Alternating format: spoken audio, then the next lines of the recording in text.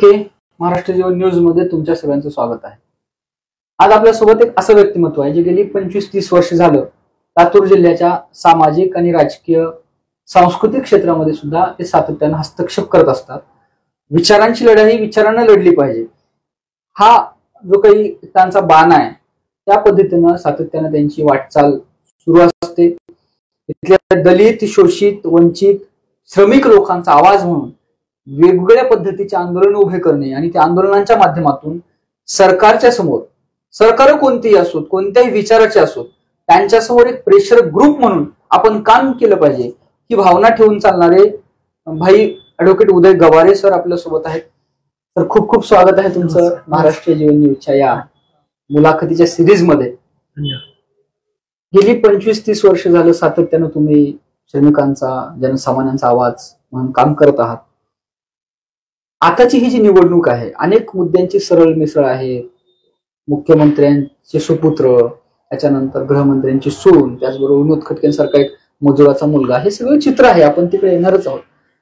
पण मला थोडस या मुलाखतीमध्ये तुम्हाला आपली आजची राष्ट्रीय परिस्थिती, देशाच्या पातळीवर काही वक्तव्य येत आहेत, समाजघातक, विद्वेषक, म्हणजे दोन समूहामध्ये द्वेष निर्माण व्हावा किंवा कुठल्या तरी एका विशिष्ट धर्माच्या मतांचं ध्रुवीकरण व्हावं, अशा प्रकारे ते स्टेटमेंट दिले जातात।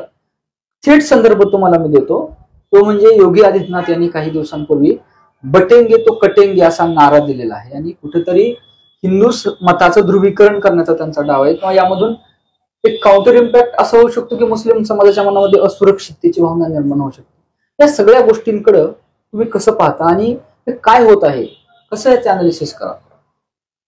सर्वप्रथम मी सर्व प्रेक्षकांना, त्यानंतर आपल्या सर्व टीमला धन्यवाद देतो की माझी आपण मुलाखत घेत आहे। आपण जो प्रश्न केला पहिल्यांदा की योगी आदित्यनाथनं जे स्टेटमेंट केलंय, बटेंगे तो कटेंगे, परंतु भारताचा इतिहास जर आपण जाणून घेतला तर या देशावर अनेक शेकडो वर्ष मुघलांनी राज्य केलं। जर या मुघलांना इथले प्रतीक बंद करायची होती, वेगळं काही करायचं असतं तर त्यांनी या देशाचं नाव इस्लामीकरणाचं ठेवलं असतं, इस्लामिक अर्थाचं नाव ठेवलं असतं। परंतु तुम्हाला लक्षात असलं पाहिजे, तमाम भारतीयांना लक्षात असलं पाहिजे की ह्या देशाचं नाव मुघलांनी सुद्धा काय ठेवलेलं आहे, हिंदुस्तान ठेवलेलं आहे, हिंदुस्तान। म्हणून या जो जातीय धार्मिक तेढ निर्माण करण्याचा प्रयत्न भारतीय जनता पक्ष, संघ परिवार करतो तो अतिशय चुकीचा आहे। परंतु त्याला माहिती आहे ह्याच्याशिवाय ते सत्तेत येणार नाही। भारतीय जनता पक्ष असेल किंवा संघ परिवार, हे सगळ्यात सोपं गणित असतं। धर्माधर्मात तेढ निर्माण केलं की एक वर्ग वेगळा होतो आणि त्याच्या गट्टा एकमतामुळे आपण निवडून येऊ शकतो। परंतु इथल्या सामान्य माणसाचं, सामान्य नागरिकांचे जे मूलभूत प्रश्न आहेत त्याच्याकडून पूर्णपणे दिशाभूल करण्याचं काम हे होत आहे आणि त्याच प्रतीक म्हणून येते की मग योगी आदित्यनाथ योगी हे जे येतात आणि बोलतात की बटेंगे तो कटेंगे, पण त्याला आमचं एवढंच उत्तर असेल, ना हम बटेंगे ना हम कटेंगे, हम भारतीय है, एक साथ ही रहेंगे। याशिवाय या देशाला पर्याय नाही, कारण या देशामध्ये हिंदू, मुस्लिम, शीख, ईसाई आपली घोषणाच आहे, हिंदू, मुस्लिम, शीख, ईसाई हम सब है भाई भाई। म्हणून हा धार्मिक सौहार्द आपल्याला टिकवावंच लागेल, तरच हा देश पुढे जाईल। किंवा एखाद्या विशिष्ट धर्माला टार्गेट जर केलं तर ते फार घातक ठरणार आहे आणि त्याचे परिणाम आपण जाणतोय की काय देशामध्ये होतंय। आता महाराष्ट्रामध्ये विधानसभा निवडणुका सुरू आहेत आणि त्यातल्या त्यात लातूरमध्ये अमित देशमुख यांनी 15 वर्ष आमदारकीचे टर्म पूर्ण केले, ते 15 वर्ष आमदार म्हणून राहिले, आता सुद्धा ते रेसमध्ये। माग काही महत्वाच्या पत्रकारांना मुलाखती देत असताना त्यांनी ही लढाई विचाराची लढाई आहे असं त्या ठिकाणी मांडलं आणि विकासाचे प्रश्न आणि अमित देशमुखांनी काहीच काम केलं नाही असा मतदारांमध्ये सूर आहे, तो एक वेगळा भाग आहे। पण त्यांनी जे स्टेटमेंट दिले विचारांची लढाई ही आहे, तर ही नेमकी कोणत्या विचारांची लढाई आहे आणि या विचाराच्या संघर्षाकडे तुम्ही कसं पाहता, हे या स्टेटमेंटचा काय अर्थ आहे असं तुम्हाला? महाराष्ट्र हा छत्रपती शिवाजी महाराज, राजश्री शाहू महाराज, डॉक्टर बाबासाहेब आंबेडकर, महात्मा ज्योतिबा फुले, अण्णाभाऊ साठे या सर्व महामानवांच्या विचारांचा आहे। जे आपली लढाईच असते शिव शाहू फुले आंबेडकर, त्याच्या पलीकडे आम्हाला विचारच नाही. परंतु दुर्दैवानं आज गेली 30-40 वर्षापासून संघ परिवारानं, ज्यांचा काही एक संबंध नाही, स्वातंत्र्याच्या कालखंडामध्ये त्यांचा अर्थार्थी काही संबंध नाही, अशी माणसं ज्यावेळेस राजकारणाच्या माध्यमातून स्वतःची पोळी भरण्याचं काम करतात, त्यावेळेस त्याला आपल्याला विरोध केला पाहिजे. म्हणजे आज वैचारिक लढाई काय कोणती आहे की काँग्रेस आणि इंडिया अलायन्स, महाविकास आघाडी, हे जे आज आहेत, यांचा दृष्टिकोन हा सर्वसामान्यांचा विचार आहे. उलट आज भारतीय जनता पक्ष आणि त्यांचा असणारे एनडीए हे केवळ जातीय द्वेष निर्माण करणं आणि स्वतःच्या पोळ्या भरणं आणि इथल्या उद्योगपतींना मोठं करणं, हा त्यांचा धोरण आहे. तुम्ही मागची खूप वर्ष झालं शेतकरी कामगार पक्षामध्ये काम करता. शेतकरी कामगार पक्षाचा थेट आता या इलेक्ट्रोल पॉलिटिक्स मध्ये रोल नाही आहे, त्यांनी उमेदवार वगैरे कोणता दिलेला नाही. तरी सुद्धा महाविकास आघाडीच्या पाठीमागं उभे असताना शेतकरी कामगार पक्षाने काही आपली धोरणं किंवा त्यांचा काही अजेंडा मांडलाय का महाविकास आघाडी पूर्ण करतील अशी? नाही, तुमच्या माहितीसाठी सांगतोय की आज निश्चितपणे लोकसभा निवडणुकीला आम्ही आमचा उमेदवार दिला नव्हता, परंतु आजच्या घडीला महाराष्ट्रामध्ये 6 जागा शेतकरी कामगार पक्ष लढवत आहे. लातूरमध्ये नाही उमेदवार? हा, लातूरमध्ये नाही. लातूरमध्ये गेली अनेक वर्षापासून आमची जे संघटनात्मक जी बांधणी आहे ती इतर आघाडीतील पक्षापेक्षा थोडी कमी आहे. त्यामुळे इथली जागा पारंपरिक त्यांची जागा आहे. कारण गेली 15 वर्ष काय त्याच्या अगोदर सुद्धा ती इथून निवडून आलेली, 40 वर्षापासून निवडून आले, त्यामुळे इथली जागा काँग्रेसलाच राहणार. आणि आमचा महाविकास आघाडीचा एक मित्र पक्ष म्हणून आमचा धर्म आहे की त्यांचा प्रचार करणं. परत आपण इथल्या विकासाच्या मुद्द्याकडे येऊयात. बघा, 2-3 महत्वाचे मुद्दे आहेत लातूरमध्ये विकासाचे जे सुरू आहेत.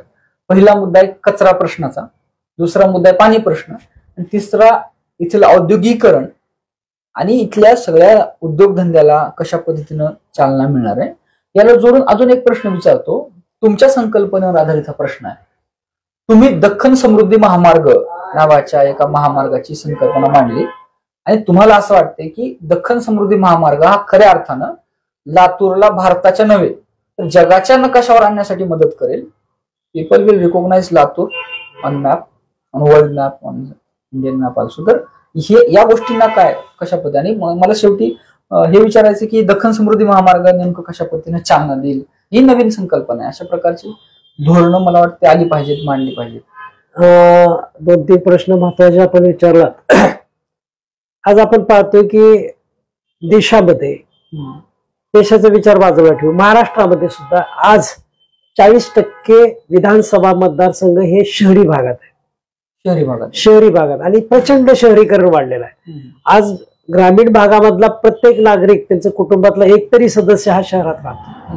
आणि मग हे शहर जी वाढलेली आहेत, निश्चितपणे आजपर्यंत सरकारने त्याचं एक वेगळं प्लॅन, मास्टर प्लॅन तयार करायला पाहिजे, तो झालेला नसेल. त्यामुळे अनेक प्रश्न आहेत. रस्त्यांचे प्रश्न आहेत, रस्ते छोटे आहेत, त्यामुळे वाहतुकीचा प्रश्न आहे. प्रचंड प्रमाणामध्ये लाखोंच्या संख्येने आज आपल्याकडे शहरामध्ये लोक राहत आहेत. त्यांच्या पिण्याचा प्रश्न आहे, मलनिस्सरणाचे प्रश्न आहेत, त्याचबरोबर कचऱ्याचे प्रश्न आहेत, आरोग्याचे प्रश्न आहेत. हे सगळे प्रश्न आज शहरीकरणामुळे वाढलेले आहेत. याकडे येणाऱ्या सरकारनं लक्ष दिलंच पाहिजे. त्यामध्ये दुमत असायचं काही कारण विषय म्हणून तो हातावर घेतलाच पाहिजे. आणि दुर्दैवाने कसं झालं, गेली 3-4 वर्षापासून महायुतीला आपण स्थानिक स्वराज्य संस्थांमध्ये निवडून येऊ शकत नाही. मग जिल्हा परिषद असेल, पंचायत समिती असेल, नगरपंचायत असेल, परिषद असतील, महानगरपालिका, इथं आपण पराभूत होणार आहोत. हे त्यांच्या ध्यानात आल्यानंतर त्यांनी सगळ्या या स्थानिक स्वराज्य संस्था जे यशवंतराव चव्हाणांनी केली होती की शेवटच्या घटकापर्यंत विकासाची संकल्पना गेली पाहिजे, तो जो खालचा नागरिक आहे तो निश्चितपणे त्या स्थानिक स्वराज्य संस्थेचा जो सदस्य असेल त्यांच्याशी आपले प्रश्न हितगुज करून सोडू शकतो. परंतु ह्या स्थानिक स्वराज्य संस्था आज अस्तित्वात नाहीत. सगळीकडे प्रशासकीय आहे आणि प्रशासकीय असल्यानंतर प्रशासनाला काही घेणं देणं नसतं. पण आज जे प्रश्न शहरामध्ये निर्माण झाले, कचऱ्याचा असेल, पाण्याचा असेल, स्वच्छतेचा असेल, याला कारणीभूत पूर्णपणे महायुतीचं सरकार आहे. आता यानंतर तुम्ही आणखी एक मुद्दा काढला की पिण्याच्या पाण्याचा प्रश्न कसा. गेली काही दिवसापासून पण भारतीय जनता पक्ष असेल किंवा आणखी इतर पक्षाचे लोक असतील, वारंवार सांगितलं जातं की आम्ही उजनीचं पाणी आणू. उजनीच्या पाण्याबद्दल, उजनीच्या पाण्याच्या बाबतीत आजही एक उमेदवार कोणी तर म्हणतो की मैं पाणी लेके आऊंगा. परंतु ह्या सर्वांना माझं स्पष्टपणे सांगणं आहे, त्याचा थोडा अभ्यास केला पाहिजे. जोपर्यंत या उजनीच्या पाण्यासाठी महाराष्ट्र शासनाच्या विधी सभागृहामध्ये कायदा होत नाही तोपर्यंत पाणी तुम्हाला मिळणार नाही. एक वेगळा कायदा झाला पाहिजे, झाला तरच. परंतु तो कायदा होण्याची दुरापास शक्यता आहे. त्याला कारण अशी आहेत की आपला लातूर जिल्हा, त्यानंतर बीड जिल्हा, हे सगळे म्हणजे मराठवाडा जो आहे ते गोदावरी खोऱ्यामध्ये आपण येतो, आणि उजनीचं पाणी हे कृष्णा खोऱ्यामध्ये आहे. म्हणजे कृष्णाला वाद वेगळा आहे, गोदावरी खोरा. आपल्याला जे वापरायचं पाणी कुठलं आहे? गोदावरीचं. गोदावरी म्हणजे गोदावरी एकटी नदी नसते, पण त्याच्या उपनद्या म्हणजे ज्या आहेत, मांजरा वगैरे सगळ्या नद्या, त्यांचं पाणी आपण वापरू शकतो. आणि कृष्णेचं पाणी त्यांनी वापरू शकतात.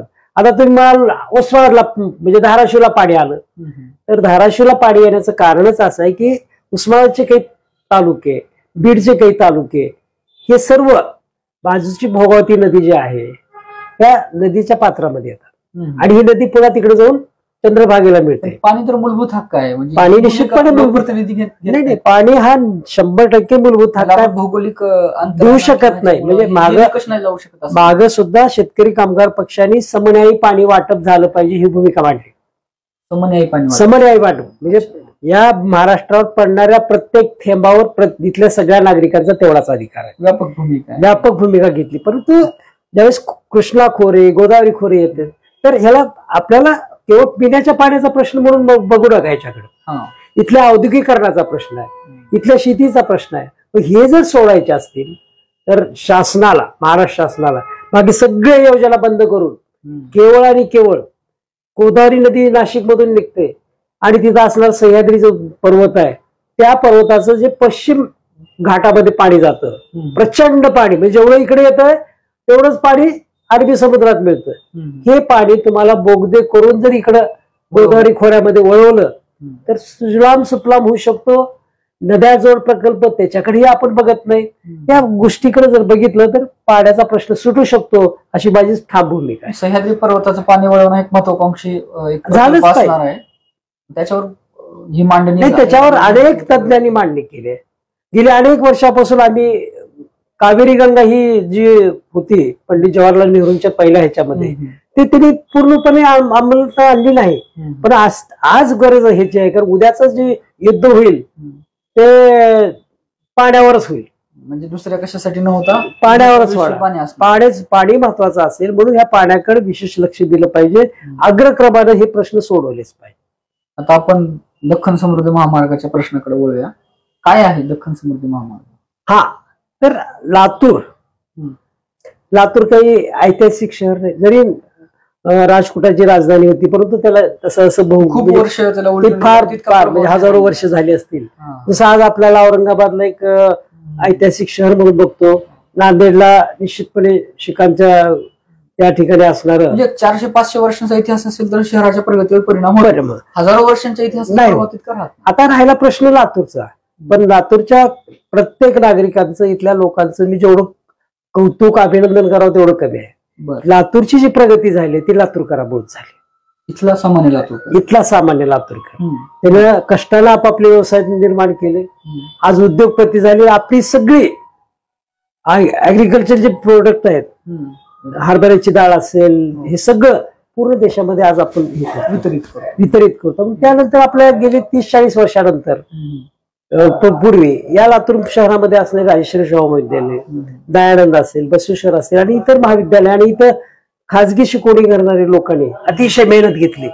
आणि त्या मेहनतीचं फळ असं झालं की आज या देशाला अनेक डॉक्टर देण्याचं एक त्याला म्हणतात हब आज लातूरमध्ये तयार झालं.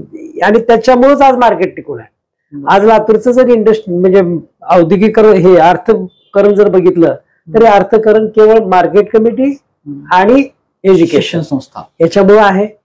मग अशा लातूरला प्रगतीपथावर जर न्यायच्या असतील तर काही संकल्पना आमच्याकडे आहेत.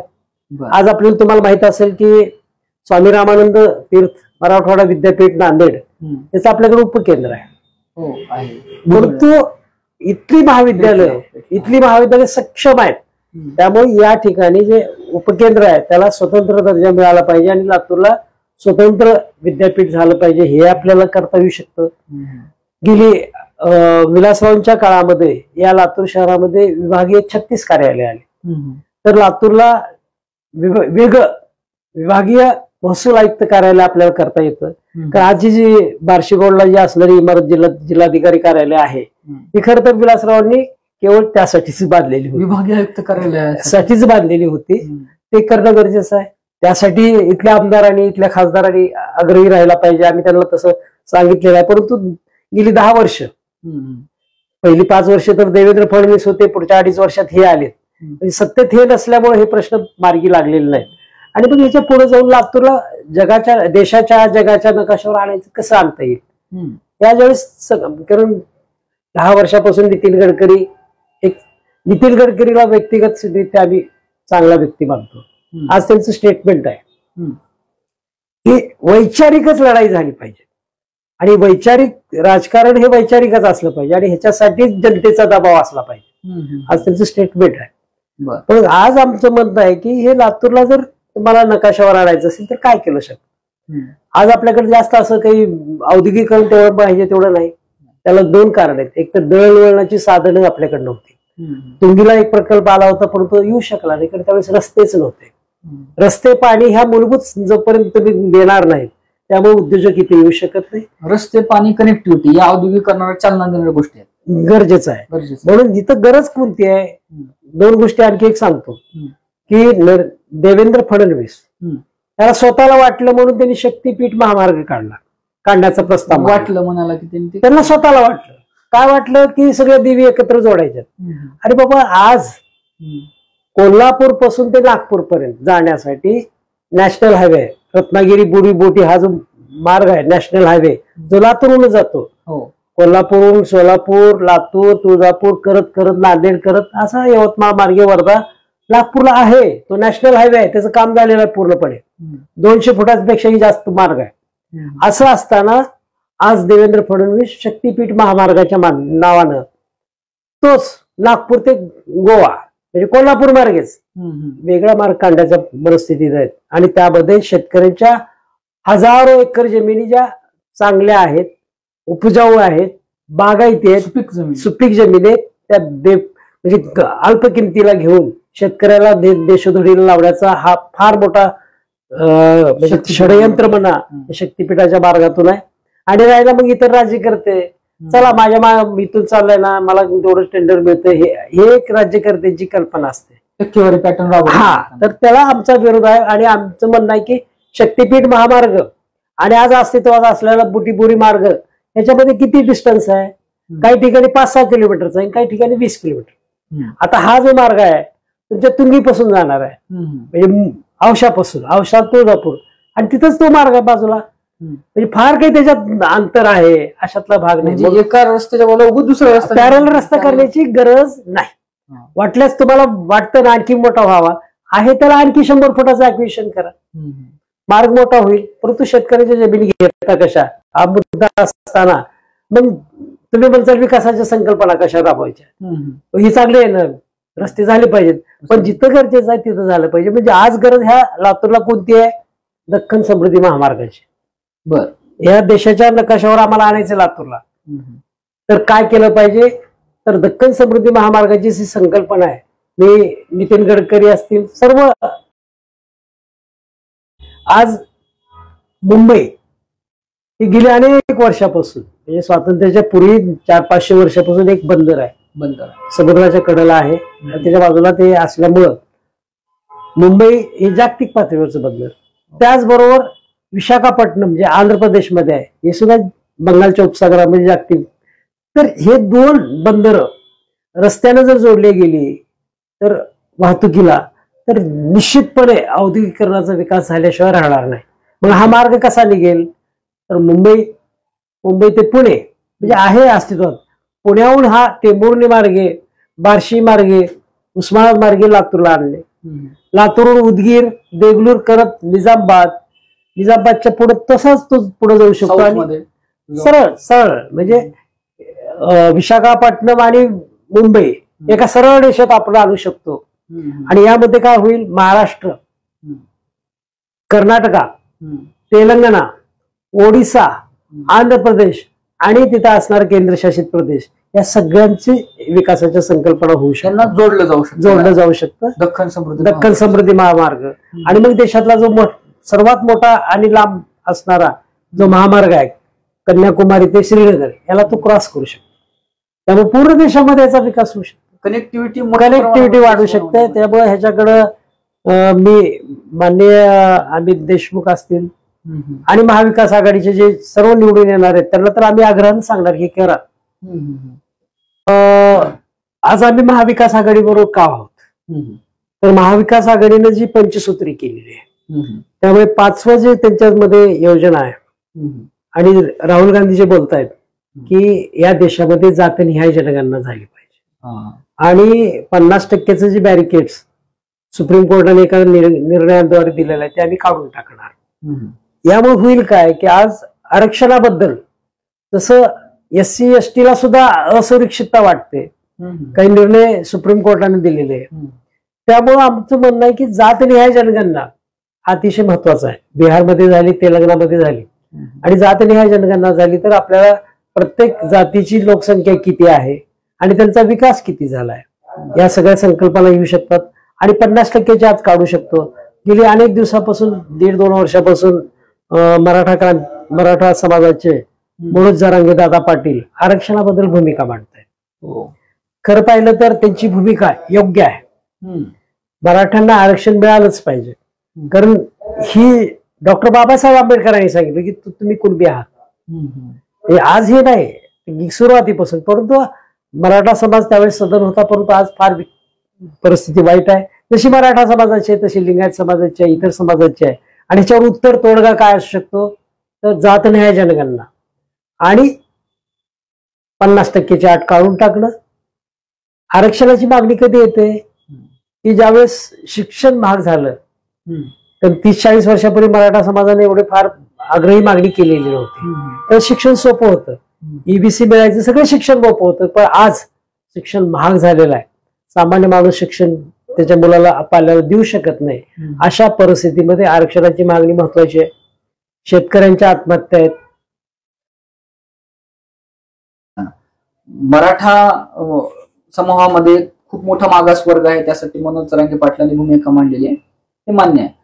पण सरकारी धोरण आपण ज्यावेळेस बघतो त्यावेळेस एकीकडे शिक्षण महागडं केलंय, शिक्षणाचं खाजगीकरण केलेलं आहे, नोकऱ्यांचं कंत्राटीकरण केलेलं आहे, नोकऱ्यांचं खाजगीकरण केलंय आणि खाजगीकरणामध्ये आरक्षणाची संकल्पना नाही. मग एकीकडे आरक्षण मराठा समूहाला दिलं आणि दुसरीकडे शिक्षण आणि नोकऱ्यांचं प्रचंड खाजगीकरण केलं, तर त्या आरक्षणाचा तसा काहीच फायदा होणार नाही. तर मग शिक्षणाचं सरकारीकरण त्यावर मराठा समाज भर देताना दिसत नाही, हे का होते? नाही, असं नाही. आम्ही गेल्या अनेक वर्षापासून जे शिक्षणाचं खाजगीकरण होतं, आज जिल्हा परिषदेच्या अनेक शाळा बंद करण्याचं धोरण माहितीनं केलं. मनोज जरांगे यांच्या सपोर्टिंगला अधिकृत भूमिका ही का मांडत नाही? कारण आरक्षण मिळून फायदा होणार नाही. मनोज दादा जरांगे पाटलांची भूमिका की आज जे शिक्षण मिळतं मेडिकलला, जे गव्हर्नमेंटचे जे आहेत तिथे तर आरक्षण आहेच ना, तिथं आहे. आता राहिला खाजगीकरणाचा प्रश्न, ती फार मोठी प्रचंड लढाई आहे. कारण आज या देशामध्ये जे मोदी सरकार आहेत, अमित शहा आहेत, यांचे 2च मित्र आहेत,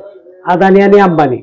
त्यांचा विकास होणं एवढंच त्यांच्या, म्हणजे उद्योगपतींचा विकास होणं एवढंच त्यांचं. राहुल गांधी मध्ये भांडवली प्रतिनिधींचं सरकार आहे, बस, दुसरं काय. परंतु सामान्य माणसाचं काय? आज सामान्य माणूस जे 50%, कालच खरगेंनी सांगितल्याप्रमाणे 50% जनतेकडे फक्त 3% संपत्ती आहे. खूप मोठी आर्थिक विषमता आहे. त्याचबरोबर आणखी एक माध्यमातून सांगेल की आज कंत्राटी जो कर्मचारी असतो, मग प्राध्यापक असेल, शिक्षक किंवा कोणताही, सगळ्याच, आणि तिथं असणारा कायमस्वरूपी, यामध्ये असणारी पगारांची तफावत ही थांबली पाहिजे. डिफरन्सेस ऑफ सॅलरीज या जोपर्यंत कमी होणार नाहीत तोपर्यंत नवीन तरुणांना ती संधी मिळणार नाही. आज आपण पाहतो शिक्षण सेवक म्हणून त्याला किती दिलं जातं? 10-15 हजार.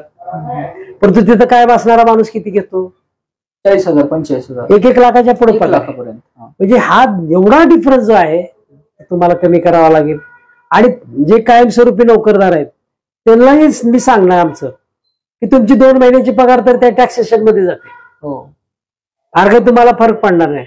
परंतु ह्या जो नवीन आलेला तरुण आहे त्याला तुम्ही थोडं उचला, थोडं अपलिफ्ट करा त्याला, अपडेट करा, म्हणजे त्याला त्याची रोजीरोटी पूर्णपणे त्याच्यात भागावं एवढं तरी करा. 10-15 हजारात काही होऊ शकत नाही. म्हणून डिफरन्सेस ऑफ सॅलरीज या कमी झाल्या पाहिजे, त्याच्यावर फार मोठा चर्चा करण्याचा हा डिबेटचा विषय आहे. ते कमी झालं पाहिजे, कारण आज 5-5 लाखापर्यंत पगारी गेलेले आहेत काही लोकांच्या, काही प्राध्यापक आणि ज्या पोस्ट आहेत तर त्या पगारी आहेत. आणि मग सेवक हे एकाच वर्किंग प्लेसमध्ये एकच क्वालिफिकेशन आहे, उलट त्याच्यापेक्षा जास्त मेहनत तो नवीन आलेला मुलगा करतो, कारण त्याला अनसर्टन्टी आहे पुढे काय होईल ह्याचा भरोसा. श्रमाचा मोबदला त्याला मिळत नाही, हे मिळालं पाहिजे. तर ही टोकाची विषमता आणि आर्थिक दरी ही कमी केली पाहिजे, अशा प्रकारची धोरणं सरकारनं राबवली पाहिजे, हे सुद्धा भाई उदय गवार या आग्रहानं मांडताना दिसतात. विक्रांत शंके, कॅमेरा पर्सन आदित्य वसाळीसह महाराष्ट्र जीवन न्यूज साठी लातूर. धन्यवाद.